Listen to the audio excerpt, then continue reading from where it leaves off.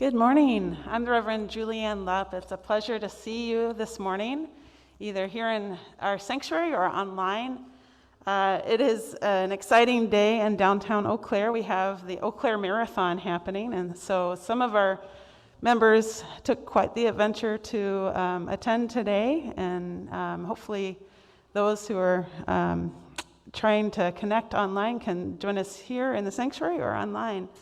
Just wanted to draw some attention to some announcements. On the 28th, Wednesday the 28th, we're going to be having a caring committee event. So if you're looking for in-person ways to connect with members and to make a difference, we're going to be gathering in the sanctuary to write caring cards to those who can use a little bit of extra pep in their life or some extra remembrance. And if you can't make that event, we can also have a bag that we can send home to you. And that's going to be Wednesday at 6:30 p.m. here in the sanctuary, here in the social hall downstairs. Also, each Wednesday, we have a 12 p.m. service. If you're looking for a midweek pickup, we have live music, either from our accompanist, Julia Brown, or a guest musician. And it's just a little short lunchtime service from 12 to 12:30 that you're welcome to attend, and it's usually a small gathering. And finally, we are starting to get going with our harvest auction, and I've already talked to some of you about some ideas for events and donations, so I hope you'll check out our harvest auction webpage where you can find the link from uueauclair.com. And that's a great way to also participate in in-person events and connect in ways that are meaningful. Thank you so much for being with us today.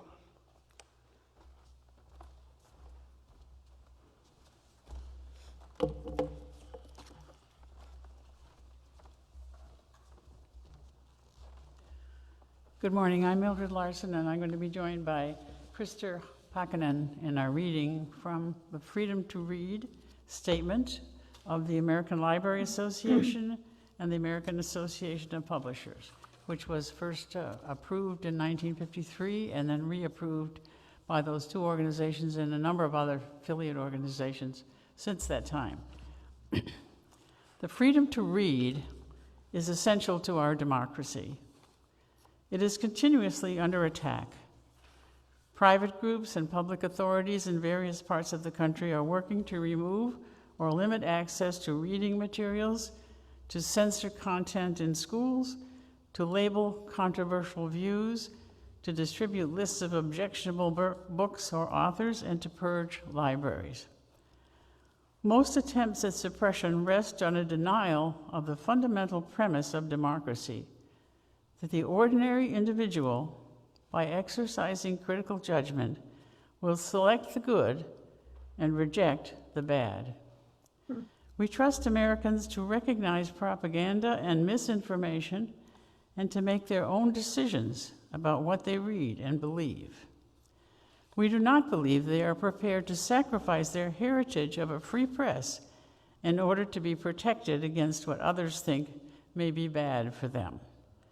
We believe they still favor free enterprise in ideas and expression.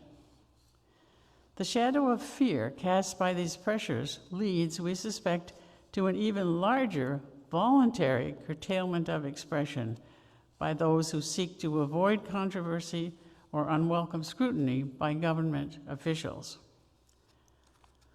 Such pressure toward conformity is perhaps natural to a time of accelerated change, and yet suppression is never more dangerous than in such a time of social tension.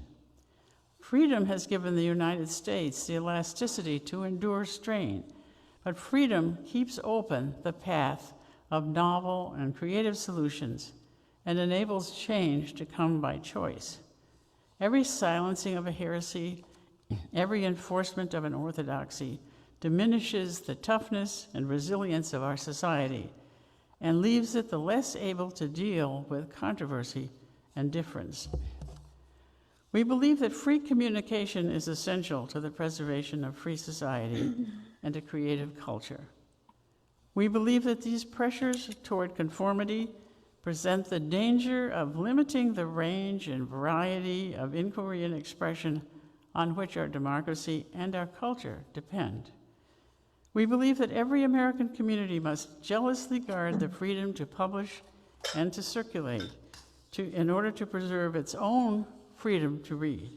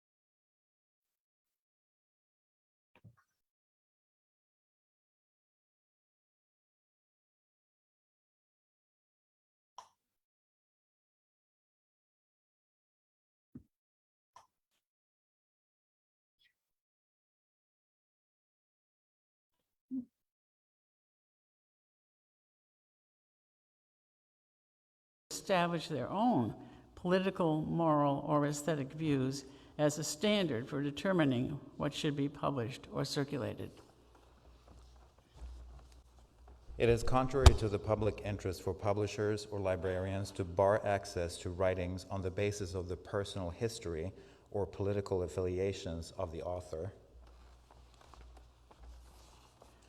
There is no place in our society for efforts to coerce the taste of others, to confine young adults to the reading matter deemed suitable for adolescents, or to inhibit the efforts of writers to achieve artistic expression. It is not in the public interest to force a reader to accept the prejudgment of a label characterizing any expression or its author as subversive or dangerous.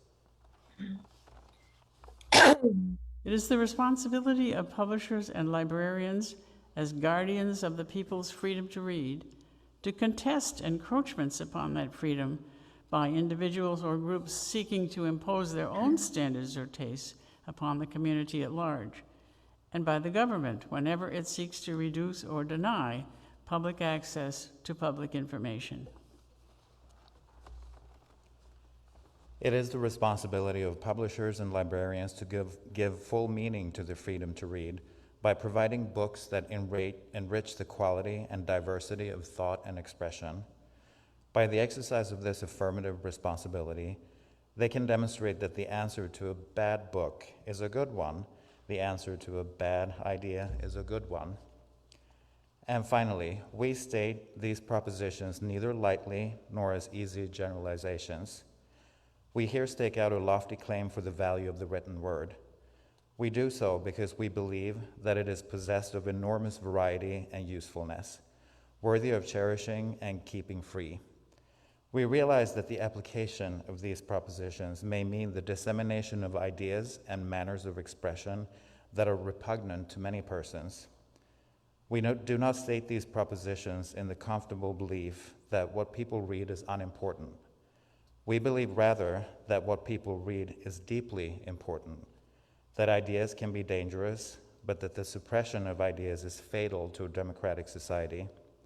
Freedom itself is a dangerous way of life, but it is ours.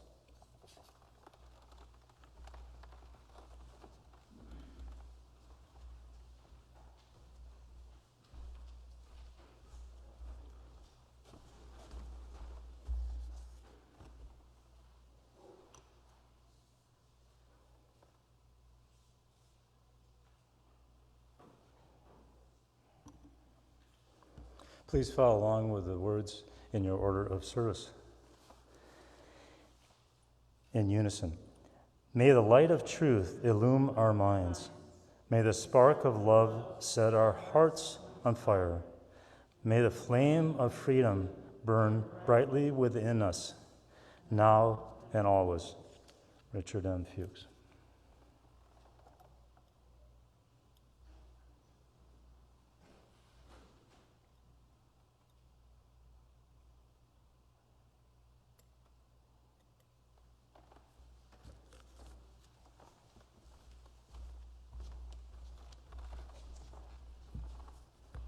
Today we will explore the importance of the freedom to read.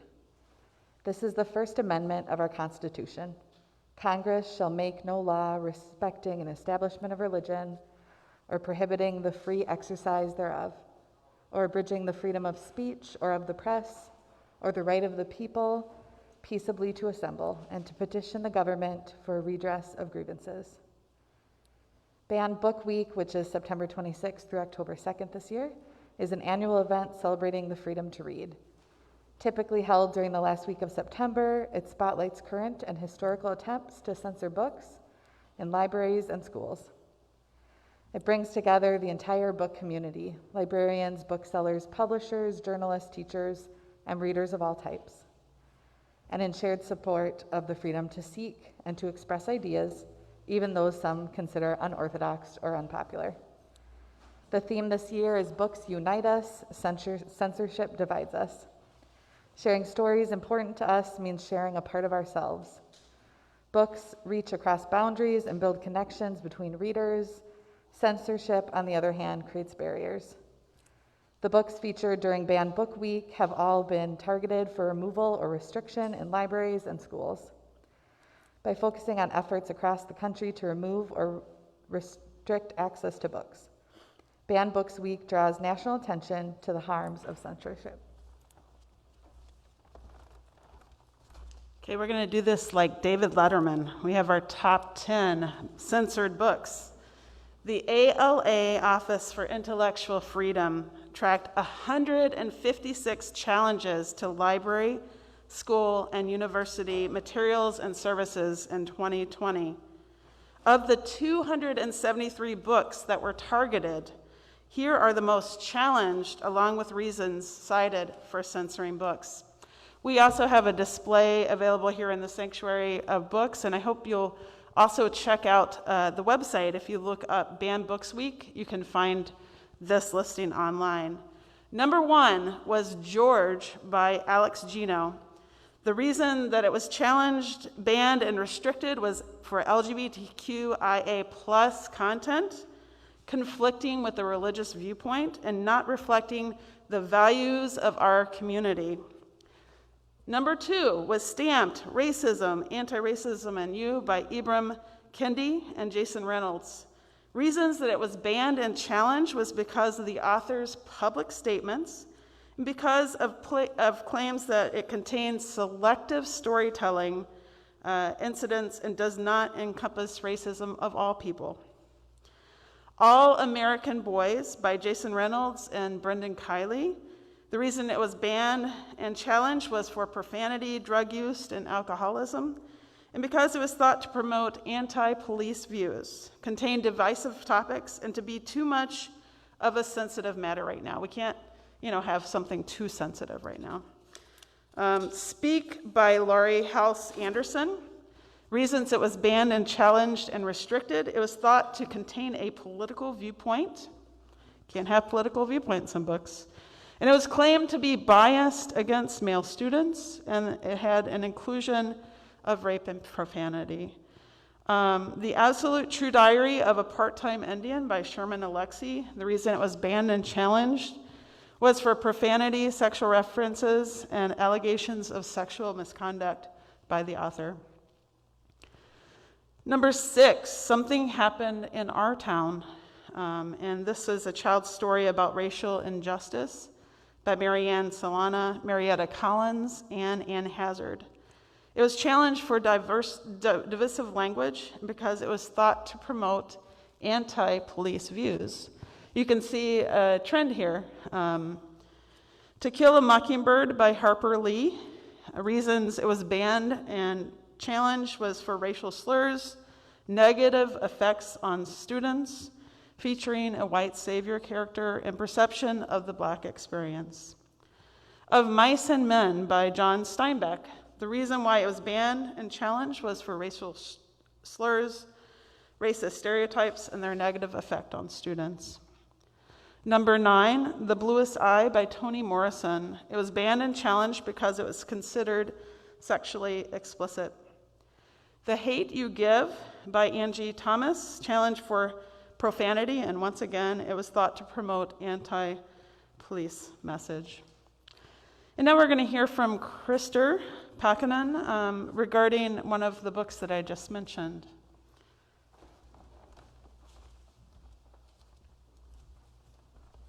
So watch out, I'm going to be reading out of a very dangerous book.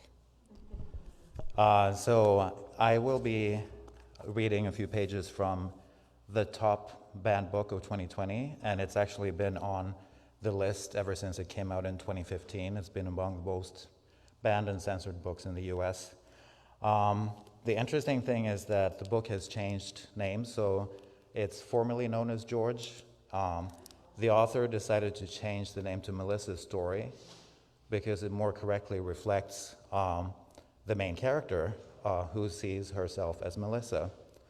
And the interesting thing is that all the old copies are still in the libraries, but the book jacket, the dust jacket, is new, and it was designed by a librarian in Kenton County Public Library, and it came out as late as this year in July. It was designed and then sent out to all the libraries in the US just to recover the books. The content is still the same.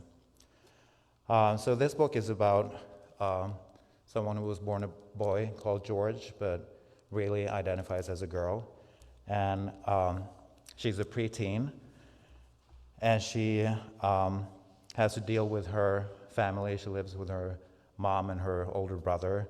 Her best friend is Kelly, and she has to deal with a lot of things in school because she kind of feels out of place all the time. She has to deal with the school bully, Jeff. There's always a school bully. And her first identification with her true identity comes actually from finding and hiding teen girls' magazines. She finds them in the recycling, and she's like, oh, what's this? And then she realizes that they really appeal to her, and there's something there that she can't define, but these girls in the magazines actually become her friends. She feels very lonely, so she only has friends in magazines.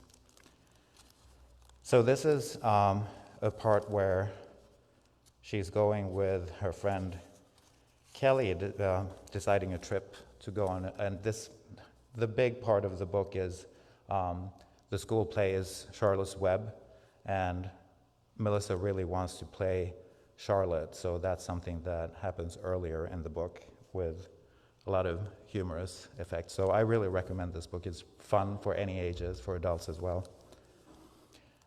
So this is towards the end of the book where Kelly, her best friend, is planning a trip for them. Forget them, said Kelly. I've got a surprise. My Uncle Bill's taking us to the zoo on Sunday. George crinkled her nose. Zoo air smelled like animal poop. Besides, she and Kelly had decided last year that the Smithfield Petting Zoo was for babies. They had more ducks than anything else, and their most exotic showing was a crusty old pony that had recently celebrated its 40th birthday. Not the Smithfield snooze fest, you dope. Kelly rolled her eyes. He's going to drive us down to the Bronx Zoo. They have over 600 species, tigers and gorillas and giraffes, not goats and sheep. They've even got panda bears. You're free on Sunday, right? I guess, George said. Because I was thinking, and Kelly lowered her voice, the Bronx Zoo is super far away, and we won't see anyone we know there. You've never met my uncle, have you? George shook her head. Kelly grinned. Don't you get it? We can go as best girlfriends. We can dress up and everything. George's mouth hung open. George already knew Kelly was her best friend, but they had never been girls together before. George had never been a girl with anyone, if you didn't count being Charlotte in the play. Did you hear me? You mean like in a skirt? The hair on George's neck tingled just saying the word skirt. Sure. When girls dress up, they wear skirts. I have a lot to teach you about being a girl, George. Oh, Kelly stopped. My uncle's going to figure out something's up the moment I call you George, isn't he? George thought about her private name. She had never said it loud before, not even to her friends in the magazines. You could always call me Melissa, she said. Melissa, said Kelly, her eyes wide. I like it. That's a great name for a girl. She said it again, drawing out each sound. Melissa. That's perfect. George buried her chin in her shoulder and felt her cheeks grow warm. Are you okay? Kelly asked. Yeah, said George. It just sounds really good to hear. I can say it again. Melissa, Melissa, Melissa, Melissa. Kelly began to twirl around George, stretching her arms out wide with each Melissa. George clapped her hand over Kelly's mouth. Are you crazy? Jeff's right over there. George jerked her head to the side. So, I've got a friend named Melissa. He doesn't know who I'm talking about. It's none of his business anyway. Kelly danced around George, singing the name Melissa until George giggled and turned beet red. She had never heard her girl name out loud before, and now Kelly had made it into a song. The morning bell rang, and the mass of students in the schoolyard formed into a series of lines. As George walked up the stairs to room 205, she listened to Kelly's tune still echoing in her mind. Melissa, Melissa, Melissa.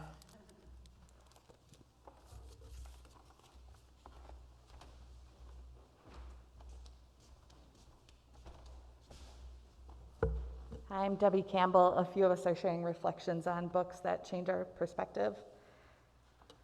I read The Giver for the first time when I was in 3rd or 4th grade. It was the first book, besides the occasional goosebumps, that I couldn't shake. It stuck with me. The funny thing is, back then, I'm not sure I even knew why that book meant something to me. But I would come back to it sometimes, think of it when I was feeling lost or left out. Those elementary school years were when I had my first, second, third crush, when I realized I liked people more than their gender, not that I had the words back then. I was sure there was something wrong with me. But The Giver, that gift of a book about a so-called perfect society where no one felt too much, and everyone was free from choice, pain, joy. I think I know now why I loved it then. To me, reading that book, it was about choosing a life fully felt. It was about embracing our differences and our kaleidoscopes of emotions, passions. It was about not limiting ourselves by what someone else thought was right. And little girl me, full of big emotions and dreams and far-fetched adventures, feeling more often than not rather too much. For that girl, The Giver reassured me that I was not alone.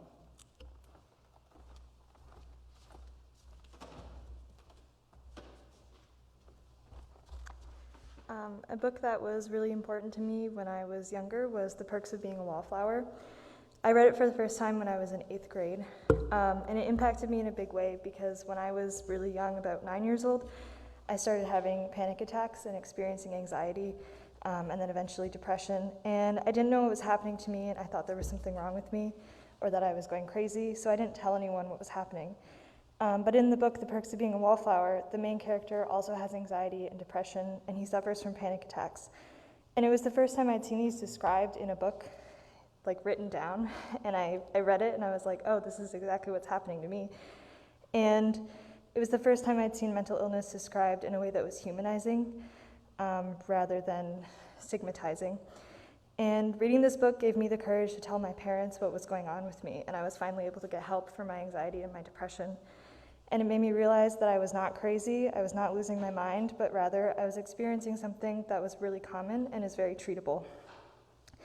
And The Perks of Being a Wallflower also happens to be a banned book in some places because it has descriptions of mental illness and some minor mentions of sexual abuse. But banning books that discuss issues like this will not solve these problems, they will just make them worse. People will not have the language to understand what they are experiencing, as I experienced when I was younger. And in the case of abuse, many victims might not realize that what is happening to them is even wrong in the first place. I'm very lucky that my parents let me read almost anything I wanted once I got to about the age of 13. They didn't really censor my reading. And I had other friends in middle school whose strict parents didn't allow them to read books that contained magic or what they considered to be inappropriate topics. I went to Catholic school. And my parents allowed me to be curious and explore things on my own, and for this I'm very grateful.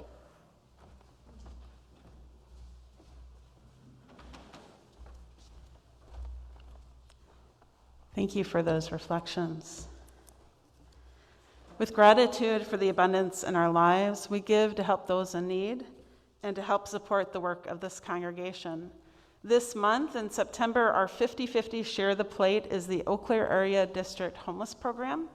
They provide things like books and backpacks, school supplies, winter coats, and sometimes money to go on field trips to students that might not otherwise have the access. Those in the sanctuary, you can scan to donate, or there's also a box in the giving room that you can put your envelope. We don't pass the plate anymore, just to be safer. And those online, you can go to uueauclair.com and make a donation, or you can text to give at 84321. The offering will now be given and so very gratefully received.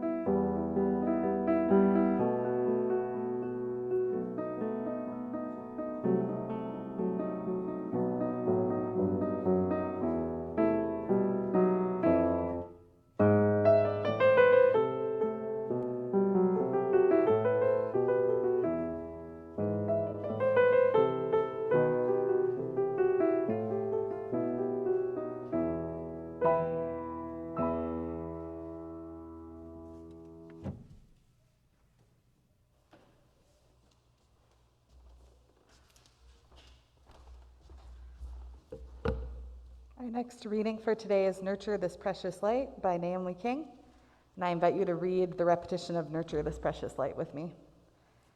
How shall we begin to live out our free faith? Nurture this precious light. When we do, we are beacons of freedom, creating a safe place to rest, explore, and innovate.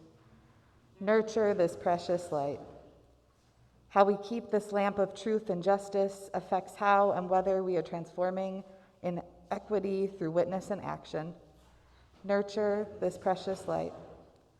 As we nurture this precious light together, we become a light of hope, turning isolation into community, anguish into peace, sorrow into joy. Nurture this precious light. As we do, our faith burns a steady flame of innovation, banishing illusion, creating a new and renewing way together. Nurture this precious light. With our living connections, with our glowing stories, With our flame of freedom moving hand in hand, we nurture this precious light. Together, we turn this world from bleak to bright, one flame, one fire, one light at a time. Thank you.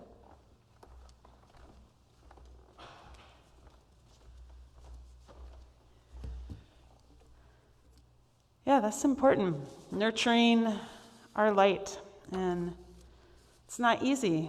It's not easy to stand up or to fight for what we believe in.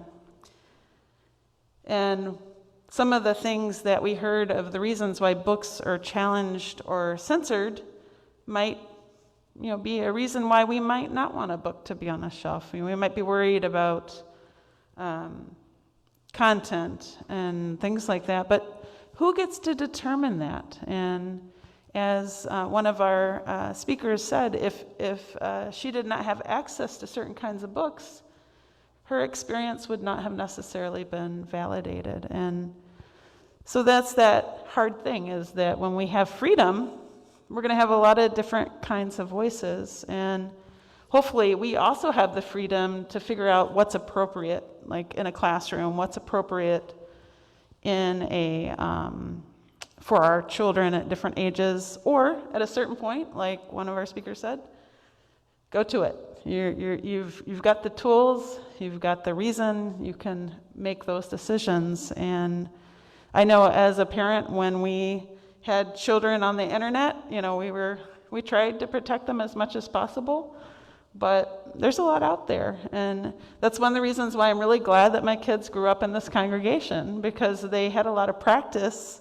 determining what was true for them and using that critical mind. And that's hopefully what we do, is we learn to discern. Books have been a refuge for many. They've opened our eyes to imagination, hope, and awakening in some of the most difficult times. Society needs access to books and information to truly be free. The fourth principle of Unitarian Universalism is the free and responsible search for truth and meaning. And this being a service on the power of stories, I want to tell you a story that we teach our children in our religious exploration classes. You might know about a guy named Darwin, right? You've heard of him. Yeah? Okay. I've heard of Darwin, and who wrote The Origin of Species, but I grew up in South Carolina, and Darwin was vilified. And I'm sure in many places Darwin might have been vilified. In fact, I lived in a county in Georgia where they had warning labels in the textbooks that said that evolution is a theory, not a fact. And so therefore we homeschooled when we lived in that county. And I was so grateful to come to Eau Claire and find out that they did not have those warning labels in their textbooks. But it takes people speaking up. Eventually that was challenged in court, and luckily they weren't able to put those warnings in the science textbooks anymore. But it's people like the ACLU and good-hearted folks who say, hey, wait a minute, maybe that shouldn't be like that. So from the time he was a little boy, Charles Darwin was an explorer. He loved to roam fields and hills near his home in Shrewsbury, England. He was fascinated by the movements of small animals and insects and knew each wildflower by name. He was curious about everything he saw and heard, wondering at the lives of ants and butterflies, examining and collecting rocks, delighting in grasses and trees and flowers that provided homes for his very favorite creature. Can you guess what his favorite creature was? It was a beetle. It was a beetle. So he had curiosity about the world and the place of humans, and it was a gift given to Charles by both of his grandfathers. They were Unitarians. They believed that human beings did not yet know the answer to all of life's great questions. What a concept. We can figure out what might be true. The clues were to be found in observing the world around them. When Charles was 8, his mother died. Not long after, his father decided to send Charles away to school. And he learned things at the time that many young gentlemen learned, like Greek and Latin. But he was more interested in the anthills and the mystery of the rock pile, that learning through wonder and mystery. And his dad got a little worried, what kind of man will he be? And when he was 15, Charles was sent to medical school to become a doctor like his father and grandfather. He didn't have a lot of choice. But he wasn't interested in medicine. Instead, he found people who would teach him about plants. And he began to draw those plants in great detail. And he left medical school eventually because he didn't want to be a doctor. His dad was furious. And we've had these experiences where, kids don't do what we want them to do, and they follow their star. And he eventually made his way into science. He was still interested in collecting beetles. And one day, Charles tore a piece of bark off a tree and saw 2 kinds of rare beetles. He had one in each hand, and he saw a third that he wanted to add to his collection. He popped one beetle into his mouth in order to grab the third. It was very bad results. So anyway, this is how he learned. Charles went on a journey around the world, and as he traveled, he filled his notebooks with drawings and notes. He stayed open to the curiosities of the natural world as they presented themselves: frogs, salamanders, insects, and fossils. So 22 years later, after he did all these wonderful things, and those of us who try and write things, this might give us some heart. It was 22 years later, Charles Darwin published The Origin of Species. And you can guess that people took notice. Scientists and preachers and teachers, and so did the press. The boy collector with the gift of wonder, he had created the mystery of mysteries. And today still people debate what Charles Darwin had to say. In 1859, his Origin of Species was published, outlining the theory of evolution.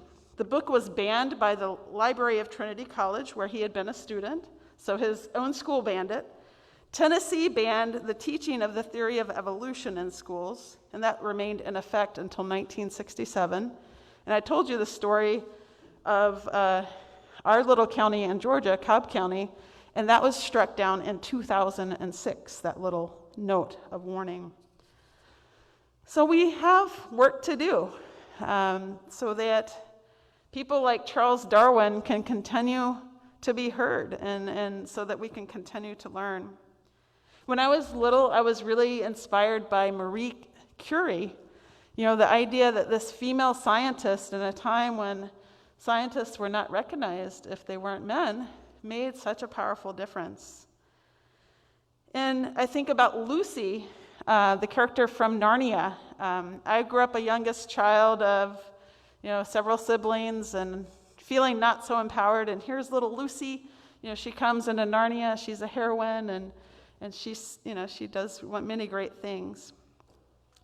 Censorship has been around as long as there have been books.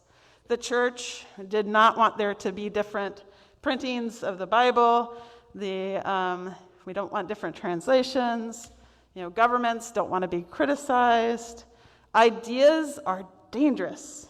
And you saw this when Ray Bradbury wrote Fahrenheit 451. This is one of my favorite and most frightening books. The idea that firemen would be the ones to burn books instead of saving them. And I remember reading this and just, it completely blew my mind. And there was a young girl in that book who chose to die with her books in the fire because she did not want to live in a world like the one that she lived in. And that profoundly shook me in how much conviction in that freedom that she had. So there will always be people who are afraid and who try and squelch identities, like the stories about George or Melissa. And the ideas that we can criticize people and institutions like the police or our government or people who have power. wanted to share this final quote with the idea that to have Marie Curie's and Charlotte Bronte's and Charles Darwin's, we must protect the freedom to read. And this is a quote by Pete Hutman. Yes, books are dangerous. They should be dangerous because they contain ideas. Thank you. And I just wanted to share briefly that we are going to be moving our joys and concerns from Facebook and to be containing those only in Zoom, starting with this service. So we will be, if you are watching from Facebook today, I just want to encourage you to sign up to get the Zoom contact link if you are interested in sharing joys and concerns. And I'll explain a little bit more about that after we're done streaming to Facebook. But we want to continue to reach out to people, but also to protect people's privacy. And this has been a grand adventure in streaming, and I am so grateful for all the people who have been making it happen. And thank you for all of your patience as we learn our technology and figure out how to be together. Thank you.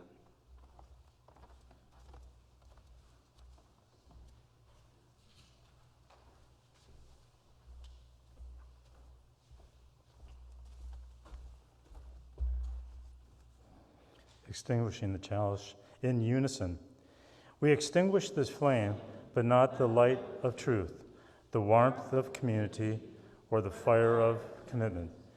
These we carry in our hearts until we are together again.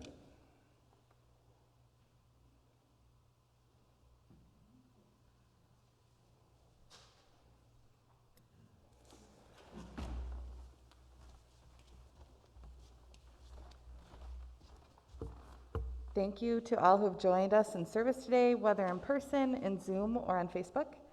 After we stop streaming to Facebook, we'll conduct our joys and concerns in person, like Julie mentioned, and with those attending on Zoom. We'll close with these words by Sarah Lammert. Go in peace, embraced by the light and warmth of our gathering. Go in love, ready again to struggle on. Go in beauty, shining forth like a lamp of freedom. Amen.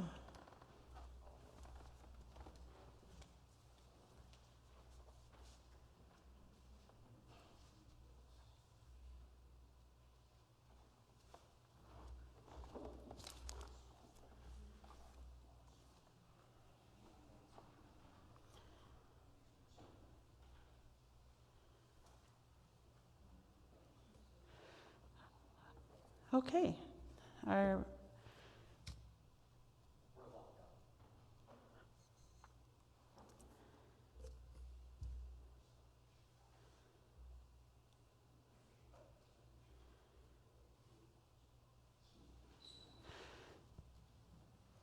While we're still streaming, I just wanted to share one of my favorite books growing up was the Lorax. And that had such an impact on me as well. The Lorax, Who Speaks for the Trees, by Dr. Seuss.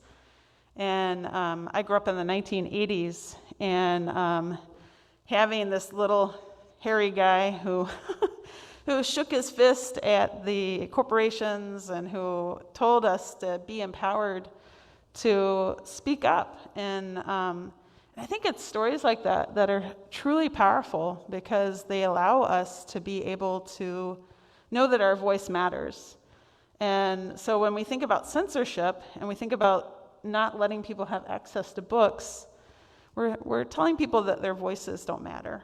And so that is such an important reason to fight for these rights of being able to have access to books. And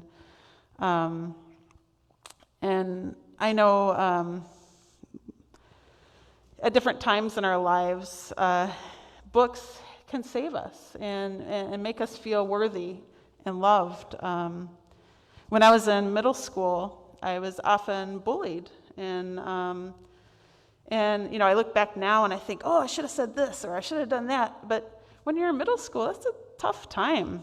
And to have allies is so very important. I had an English teacher Mrs. Salisbury in the 7th grade, and I wrote her a thank you letter in high school. I never know if she got it, but I remember just crying and writing her a thank you letter for really saving me